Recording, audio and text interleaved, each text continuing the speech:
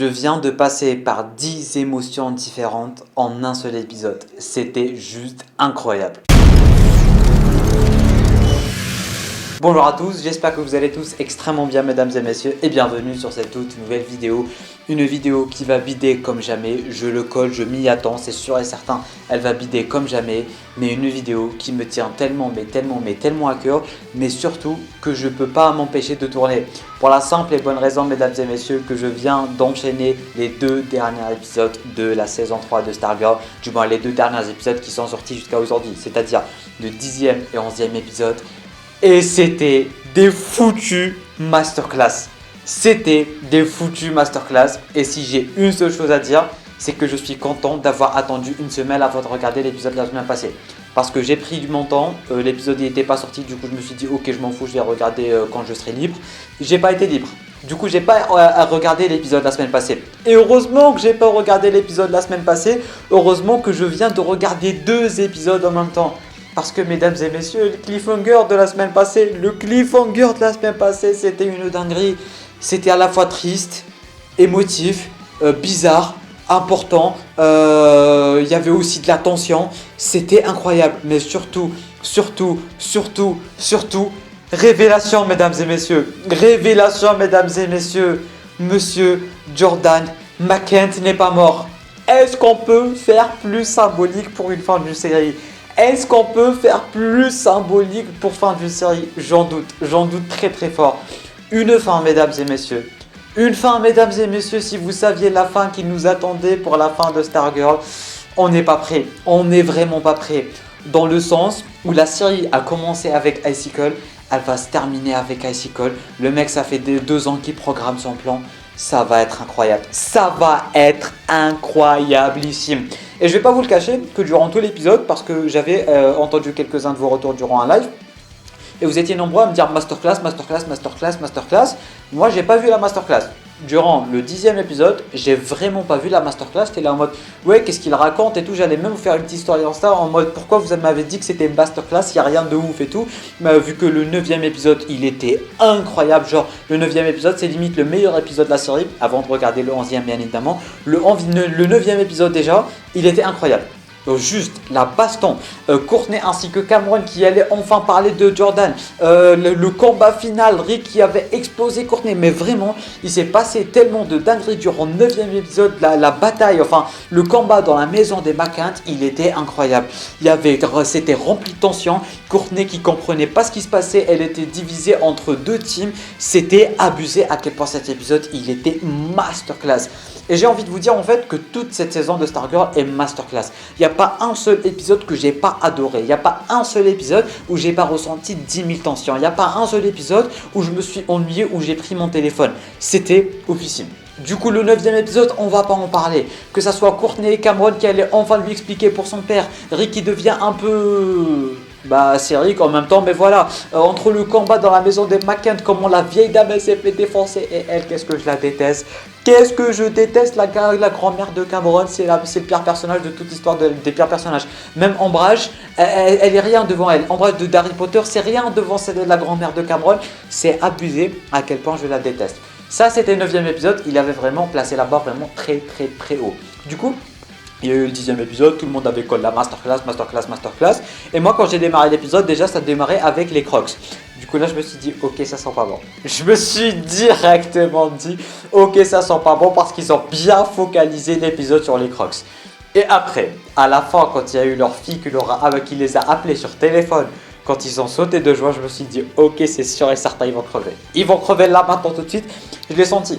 Parce que chacun des Crocs, en fait, ils nous montraient qu'ils allaient crever. Je sais pas d'une façon ou d'une autre. Déjà, dès le début de l'épisode, ils ont vraiment focalisé la caméra sur eux et tout. On nous montrait leur quotidien. Ils étaient en train de courir. Tout est bien qui finit bien. Ils étaient joyeux. Leur fille qui les appelle pour leur dire qu'elle a accepté et tout, qu'elle a été acceptée. Tout se passait bien. Tout se passait bien dans leur vie. Et c'est là que je me suis dit, ok, ils vont crever. Et là, on commence à voir les papiers. Ils sont descendus. Je me suis dit, ok, c'est la merde. Mais j'aurais jamais cru revoir Jordan McKent, mesdames et messieurs. J'aurais jamais cru. Mais genre vraiment, j'avais théorisé à fond sur le Watcher. Mais si j'aurais cru que c'était Jordan, je l'aurais jamais cru. Et j'étais triste pour les Crocs en fait, c'est ça le problème, j'étais triste, j'étais tellement triste. Ils ont eu leur rédemption, ils sont devenus gentils, ils sont devenus tout mignons, ils sont en train d'aider Pat, ils sont partis parler au Mackenzie pour aider Pat, ils sont devenus tellement gentils, ils sont devenus adorables. La façon dont ils sont morts, avec la petite larme, c'était quelque chose. Et après, Jordan, il leur a sorti « Oh, moi, vous crevez tous les deux. » Mais qu'est-ce que je voulais le taper cette fois. D'ailleurs, j'ai des frissons. C'était incroyable. C'était oufissime comme épisode. C'est vrai que le début, il n'y avait rien. Tu vois, il n'y avait rien d'extravagant, C'était juste Stargirl. Stargirl, tout est bien qui finit bien avec Stargirl. C'est vraiment une excellente série. Mais la fin...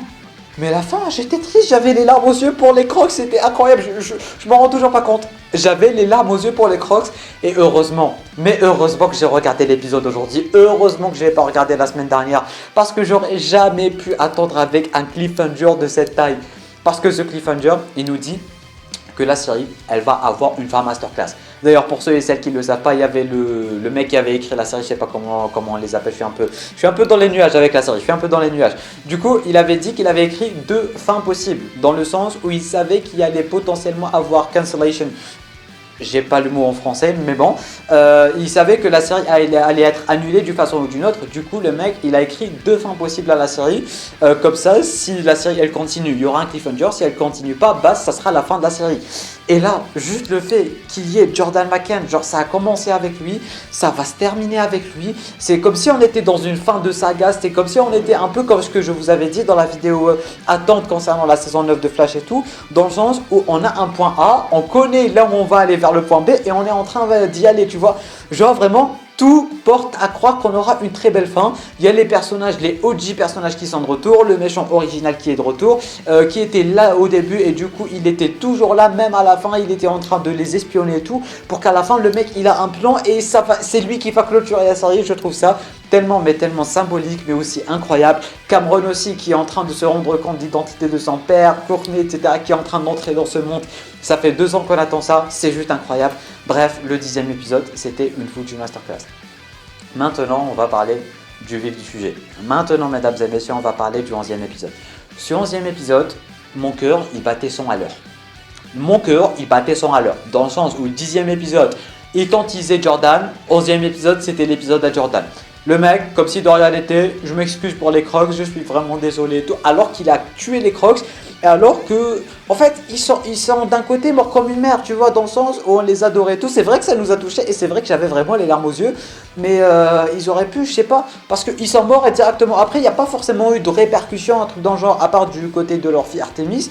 Mais en globalité, il n'y avait rien. Et du coup, là, il y a Jordan qui arrive, il va aller voir ses parents, il va aller voir son fils, il va aller voir Courtney, il va aller voir Barbara, tout est bien, qui finit bien. Le mec, c'est bon, le mec, il est revenu vers la vie, il s'en fout de tout, il veut tout reprendre en main.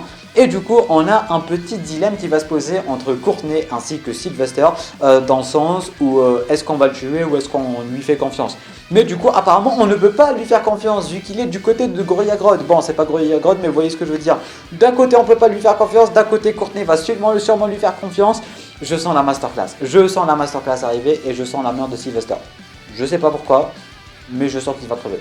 D'une façon ou d'une autre, je sens qu'il va crever, je sais pas pourquoi. Mais tu vois, le mec, ainsi que l'avait raté la première fois, je pense qu'il va pas le rater une deuxième fois. Surtout qu'il veut absolument le tuer et tout.